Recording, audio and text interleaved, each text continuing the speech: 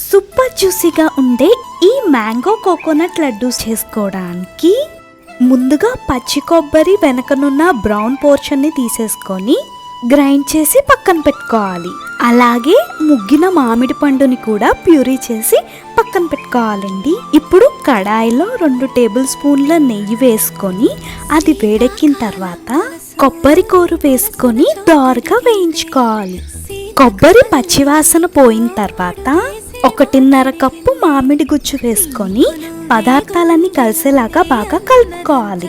అలాగే 1/2 కప్పు పంచదార, 1 cup milk powder వేసి కలుపుకొని ఈ మిశ్రమం దగ్గరకు అయ్యేంత వరకు ఉడికించుకోవాలి.